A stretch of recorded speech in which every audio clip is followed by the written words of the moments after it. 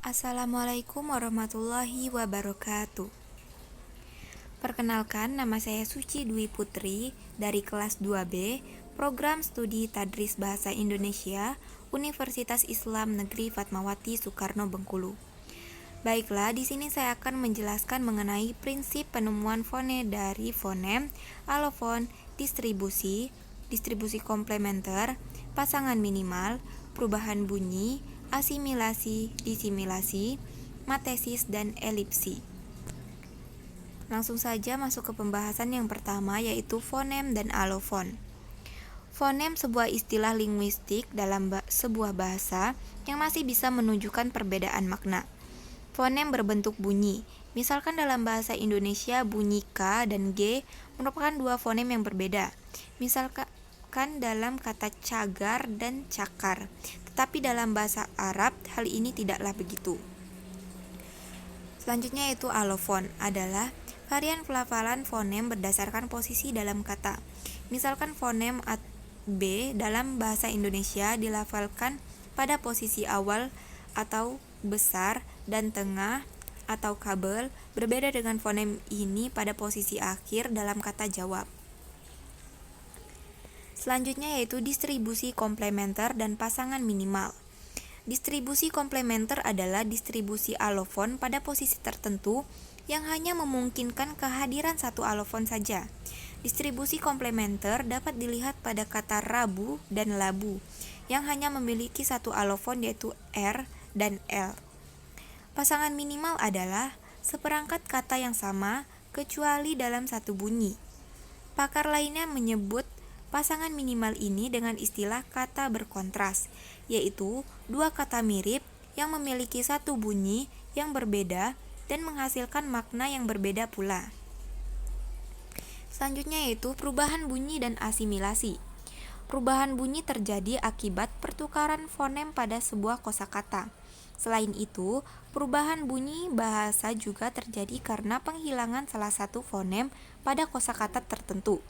Dalam premis telah disebutkan bahwa bunyi-bunyi lingual condong berubah karena lingkungannya. Dengan demikian, perubahan bunyi tersebut bisa berdampak pada dua kemungkinan. Apabila perubahan itu tidak sampai membedakan makna atau mengubah identitas fonem, maka bunyi-bunyi tersebut masih merupakan alofon atau varian bunyi dari fonem yang sama.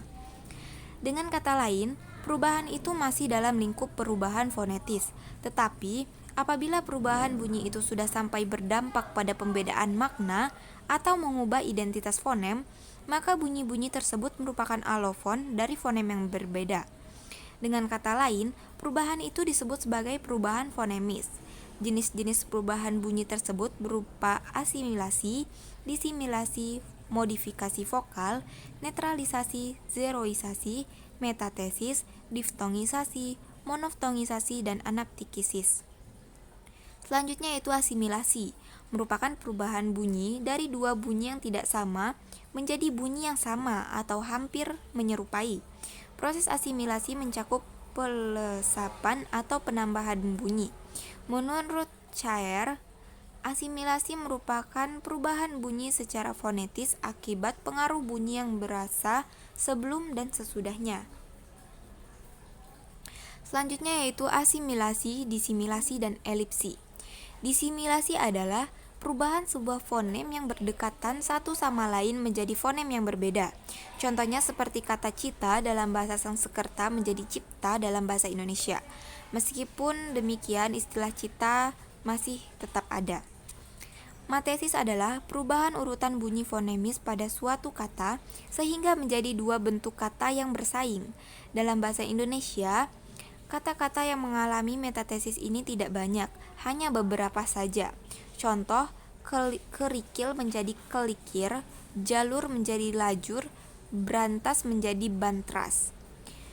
Selanjutnya yaitu elipsis. Tanda elipsis dipakai untuk menunjukkan bahwa dalam suatu kalimat atau kutipan ada bagian yang dihilangkan. Misalnya, penyebab kemerosotan titik-titik akan diteliti lebih lanjut. Contoh yang selanjutnya itu, dalam Undang-Undang Dasar 1945 disebutkan bahwa bahasa negara ialah titik-titik lain lubuk lain ikannya. Baiklah, mungkin sekian yang dapat saya sampaikan. Apabila terdapat banyak kekurangan, saya mohon maaf.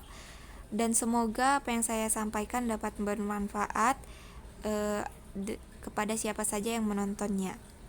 Baiklah, saya akhiri. Wabillahi taufiq wal hidayah. Wassalamualaikum warahmatullahi wabarakatuh.